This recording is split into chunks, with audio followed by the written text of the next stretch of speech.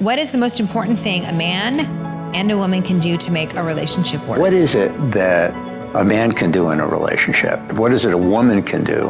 And it turns out that the advice is very simple. So for men, the most important thing is accepting influence from a woman. And this accepting influence is really a very profound idea, because it turns out that if you want to be influential in a relationship, you have to be able to accept influence. You cannot be powerful in a relationship unless there's give and take. For women, it turns out it's a little bit different. I mean, that motto is still true for women, but guys feel wonderful when a woman says, "This is not all your fault. I have responsibility for this as well." It's a two-way street. I'm sure that I've done things to screw up this relationship as well. It's not all your fault. And that turns out to be just the most powerful repair. Now, it took us 7 years to discover this, analyzing data, looking step by step, but that is a very powerful thing. The most simple advice. Men, accept the influence of your partner. Women, tell your partner he isn't the sole reason your relationship is screwed up. Can advice this simple really save your relationship? Because I'm the voiceover person, I would say yes. And so would James and Teri, because this is their channel. But if you don't believe this advice, you probably need to know who this sweet 82-year-old Jewish man is. John Gottman, one half of The Gottmans.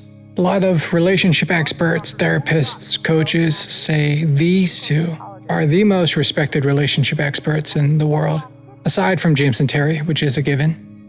It might be because they make things so simple, but it's likely because of the crazy amount of research they do. What's really interesting is that I don't know if people are familiar with where the Gottmans get their information, but it's, research. They do painstaking research in finding out to the point where they have a relationship sort of lab that they observe couples and interactions, and all the data is ethical and ethical. The data is verified. It's it's like ethical. Is it efficable? Is efficable a word? I've had the honor and privilege to be in Dr. John Gottman's house for a couple days with my wife. The sincerity, I love what he says. Every conclusion he comes up with in his study always took 7 years, and I love it. Now, it took us 7 years to discover this. I think he started the research like the year after I was born. These things have been building and been legitimized over and over and over again through time. It was pretty surreal to be able to sit with them and talk with them and to incorporate a lot of their research and material into sort of an interdisciplinary approach in the professional environment in which I work. So it was pretty cool. Influence and then responsibility, the two different things he talks about. We have had so many men writing to us and saying, why does it always have to be about me? So the research is showing that's really important for a man to feel as if it's not always, the sort of the pointing finger over and over and over again. So just food for thought. It's funny because when I first heard that, I was super curious about what in Curious men... or defensive? No, I actually have no problem owning my stuff most of the time. Maybe there are times. So I'm curious about that because when I'm sitting next to my husband, how does me being able to step into a situation and own my part in it? And I preface that because nowhere in this are we asking anyone, nor is the research saying that somebody is supposed to take responsibility for someone else's part. What we're doing is we're taking responsibility for our part.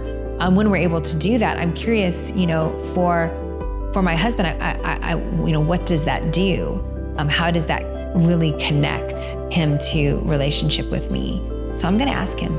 I was curious, because this is all research based. I was curious what in the male population, what makes them feel really good that it's not all their fault. So I don't know. Can you speak into that? Like I know when you heard him say that, what does that do for you? Men typically go on defense because they don't like to fail.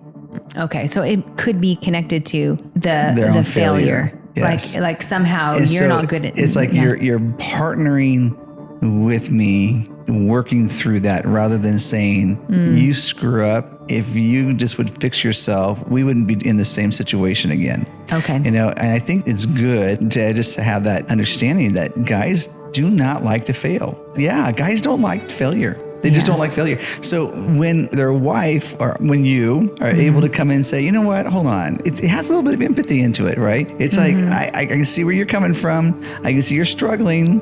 You know what? I want to own some of my part, and I always say it takes two to tango. And so I think it's important for us to have that understanding. It actually creates a mutuality between a couple, that they have this connectability in that. It doesn't mean that the wife is taking responsibility for his stupid mistake. He maybe did something ridiculous, but to meet him, right. The Gottmans always talked about moving towards each other. See, I like that. That is a mechanism that helps people move towards each other for connection. Because when you're in some kind of struggle or challenge, connection is what you ultimately are wanting. Right. And so if we can help people move towards each other in that, even if it's painful, it's like, I don't want to go there. I don't want to actually deal with that. Yeah. But move towards, because in that we can have a connection. Then we can actually start working through some of the challenge there. I'm understanding more, thank you. Me being able to own my part in something. I'm not going to make something up. No, that's not being authentic. But I think in most situations, I can see where I was a part of it. Even if it's as simple as me saying, I'm sorry, I'm not connecting with where you're at. And I can see how my confusion might even be misconstrued here as whatever. We get this question all the time from the man's perspective. Why do I always have to take responsibility for everything? Well, number one, you don't, because it takes two to tango, all right? So you just got to remember that. If there's two people in a relationship, one's not always right and the other one's always wrong. You have to understand the responsibility on both sides. If you don't, then you're going to have this lopsided relationship where you won't have this connection and mutuality between the two of you. The man might be completely off, and he might be off his rocker, and he might be completely wrong. But if the woman has any responsibility at all, see, a lot of times what will happen there is that the wife will say, I don't want to even acknowledge it because it will just fuel his fire. No, I believe it's going to create a healthy mutuality there between the two. See, the Gottmans are really getting at one thing. When two people fight to include the other person, whether it's by sharing responsibility or sharing influence, this creates a connection that makes the other person feel safe. Safe enough for husbands to let their partner influence them. Safe enough for a woman to express that their partner isn't the sole bearer of responsibility in their conflict. But that can be really scary. If your partner has steamrolled you in the past or made you feel small, it can be scary to tell that person that you're responsible for any of the challenges in your relationship because you're afraid they might not take any responsibility, or to let them influence you when you feel like they've already controlled so much. As a female in a relationship, that can sometimes be a hard thing to do. Because I'm just being honest here. Is it okay if I'm honest? If there has been hard things that have happened in a relationship, if there's been things, like betrayal trauma in the relationship, sometimes it can be really easy for me not to see myself in any situation because I'm still, pretty hurt from some of these maybe repetitive things that have happened or these big traumas that have happened. I'm sitting back and absorbing some of these research findings. And I'm thinking to myself how there's been times when I've been afraid to show up with that kind of vulnerability because I didn't want to be taken advantage of, or I didn't want to be gaslit, or I didn't want it to be turned around, and I didn't want to become the focal point of the situation. Like, okay, now it's all your fault. And I think when I started to get stronger in my life, and I started to really have good internal and external boundaries in my own life, in our relationship, we started to have enough safety and trust that was being built, and lived out between the two of us, I think it felt pretty free. And it felt pretty empowering to be able to say like, yeah, I can see my part in that. I can see where maybe this happened and how I responded. I could have done better there. I think when I get to the point where I'm not afraid of being able to show up authentically, I think it actually feels pretty empowering to be able to own my part. And I can see how the times that I have done that has really proven to be connective in our relationship when we've had a high level of safety and trust and truth, being lived out between the two of us. So it's pretty good. But I can admit that when things were harder in our relationship, that wasn't as easy for me. As I grew and as he grew, it was easier to show up in a way that I could own my part, and it felt good. So for men, the most important thing is accepting influence from a woman. Accept influence. This accepting influence is really a very profound idea. The second thing that Dr. Gottman was talking about was how in research, what they found was a key element to, a healthy relationship is for a man to accept the influence of the woman. Yeah. And they found that women, that really made a big difference 100%. for women, which I can completely connect with that too. The woman looking at what is it that really makes such a difference for me, such a reparative relationship builder, is when my spouse or my partner can accept my influence, which means if I have an opinion, if I have a need, a want, a desire, if I have a feeling, if I have intuition, if I have a suggestion, if I want to really contribute something, I'm looked at as a valid resource. Like, thanks, honey. That's actually good information. You know what? I didn't see it that way. You know what? I'm going to take that into consideration. Or, you know what, because you mentioned that really got me thinking. And I think now I'm going to put something maybe into practice in a different way. Or, wow, you know what, because you said that, something monumental shifted in my perception and I was able to make a choice that completely changed everything. And that makes a huge difference in the research that they found for a woman. And can I just say, as a woman, it's amazing when my husband can say to me that my opinion or my intuition is needed, valid, and wanted, because that makes me feel a part of it. It makes me feel like I'm a part of it. I look at how God created marriage to be. He created it to be a perfect union with one another. Yeah. Partnership is a mutuality. We're looking at each other eye to eye. I don't stand here looking down at you, or nor do I look up to you like in awe, like you're such a wonderful person and I'm a nobody. Now, a lot of people live this way. They live in this kind of paradigm of how I look down or I look up to. And we really have to see ourselves as looking eye to eye. Yeah. We're right beside each other. Yeah. We make some great decisions together. Yeah. And that makes me feel safe as a female to be able to say, I know that I'm not looking for a yes man. Yeah. Because that certainly isn't.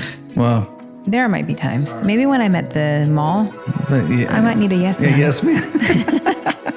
But I'm not the greatest yes man all the time either. So, no, sorry. but I think because part of your personality is to. I'm a challenger. You're kind of looking at like all sides and trying to figure things out, which I appreciate. As a woman, I think for me, it feels safe for what's going on inside of me, the way that God has gifted me and all of the ways that I show up in the world, or my thoughts and feelings, for that to be held and appreciated. Yeah. That makes me feel safe when that happens, as if like I'm important to this relationship. Yeah. And for so many years of my life, and I think a lot of females would say the same thing, it's like we struggle with just never feeling as if that, and that's part of our gender wounding, right? Just that you're just not quite there. If we have a dominance relationship where it's dominating with our opinions, our behaviors or convictions, there's not a mutuality there. The greatest relationships are when there's a mutuality, there's a connection there and the discovery together, rather than a dictatorship. Every time I see that take place, it lives out through fear, where one will feel the fear or the anxiety of the other. That's not a healthy relationship. I'm not Dr. Gottman, but I work with relationships on a daily basis. When a woman feels like she has no influence within the relationship, and we can see this, it's kind of like Leave It to Beaver, right? If you're old as I am, you grew up watching those on those sick days that you were stuck at home. The dad was always in charge. He always made the decisions, and the mom was just the doer. This is the doer. Never was able to be a partner together. She was just a doer. It's important that we have to understand that as a husband and wife, that the wife has influence in the decision making and has the influence how we're going to live and do. But when that's taken away from her, think about what that would do to any human being. It takes away their voice. It takes away their purpose. When Teri and I operate together, if I didn't allow that, and I just kind of stonewalled her on those kind of things, and I just said, no, I'm not gonna let you have that kind of influence. Can you imagine what that would create in our family? It would create this insecurity and angst within our relationship and in our family. We have 3 daughters. And I love my girls. I wouldn't be able to have 3 confident young women. Their relationships with their boyfriends or husbands, they would have to live under rather than beside. And we want to see that beside one another relationship take place rather than under. I'm beneath you. Nowhere in the Bible does it say that we have to be beneath. It's a mutuality and beside one another, not I'm lording over you. We want to see relationships fueled with purpose and with a voice where there's connectability in that. Can I tell you, when my husband looks at me and says, your opinion there, really important, that actually was really helpful. Or because you were confident enough to tell me your opinion there, because of your gifts and talents, how you're showing up in the world, that's inspired me to go and continue my education. Or I just want you to know that you're impacting me that way. That is extremely, extremely repairing in a relationship with a woman. So many of the women that I sit with in crisis situations feel as if they are not seen or heard in their relationship. It's as if they are silent, they are illegitimate, and that they don't matter. I mean, think about that. Think about the times in your life when you felt like you didn't matter, and that anything or everything that you said meant nothing. Can I say something to you? Yeah. I know I've said this in the past, but I'm going to ask that you'd forgive me for the times I've done that. Because that is not my best. Yeah. And I misused my relationship with you and the way I treated you in those times. Thank you. And you deserve better. And I know I can give you better. It's not another person. It's me. I can give you better. Yeah. And I deeply, deeply value you. Oh, thank you. I think what we're looking for is just a mutual understanding, and for someone to look at us and go like, you matter.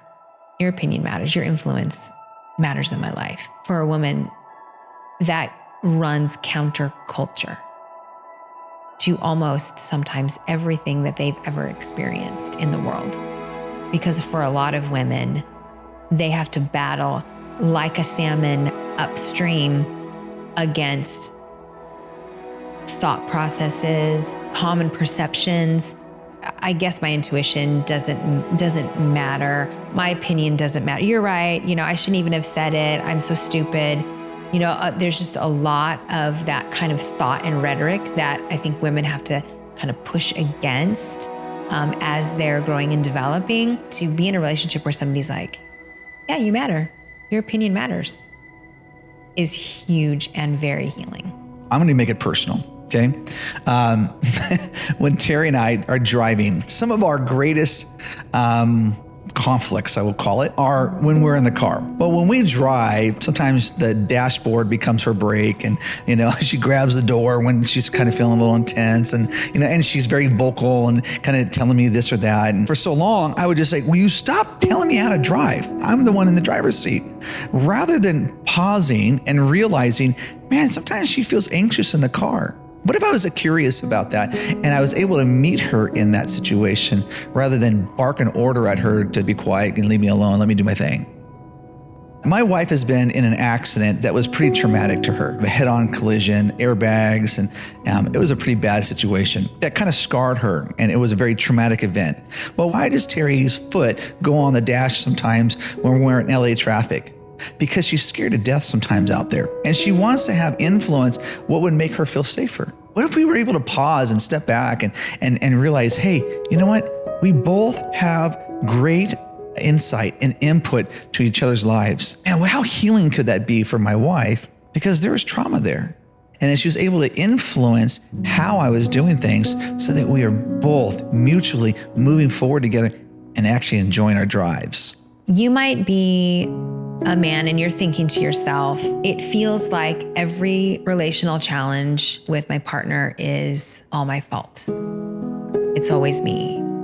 And it just feels completely hopeless. It feels more natural and easy for you to invest all your time and energy in other areas of your life. But when it comes to this kind of relational challenge, you feel like I just can't ever do it right. And what you're really longing for is for your spouse to look you in the eye and say, hey, I'm taking ownership or responsibility for my part. And you might be a woman who's feeling as if you have so many exciting things to say. You have so many thoughts and feelings and desires and areas where you have truly wanted to contribute and influence. And you're feeling as if you're not seen nor heard. Your opinion doesn't matter. Feels alone and silent. That is why our organization exists, to come alongside and walk with individuals and couples through these relational challenges so that they can feel as if they're seen and heard and that they have hope. You might be a husband where you feel like you're always the one 100% wrong in everything and you're always taking the blame and just want to help you understand you're not, but you're feeling that way all the time. Or your wife feeling like, I never have a voice into this situation. I never have any influence in what we're doing. And I feel very alone in that. First of all, you're not alone. You're not alone. And so we want you to reach out to us because we want to come alongside of you, ourselves, Teri and I, or other coaches that we have, and come alongside and meet you there and help you learn how to walk through that so that you can move through it and get to the other side rather than avoid it and run from it and then repeat the patterns day by day, month by month, and year by year for the rest of your life. We want to help you move through it so that you can become a stronger you and your husband or wife can be a stronger couple moving forward together as a powerhouse couple in this world. Marriage Health with James and Teri Kraft. If you feel like you need someone to come alongside you, a coach or a counselor, reach out to us. The link is in the description.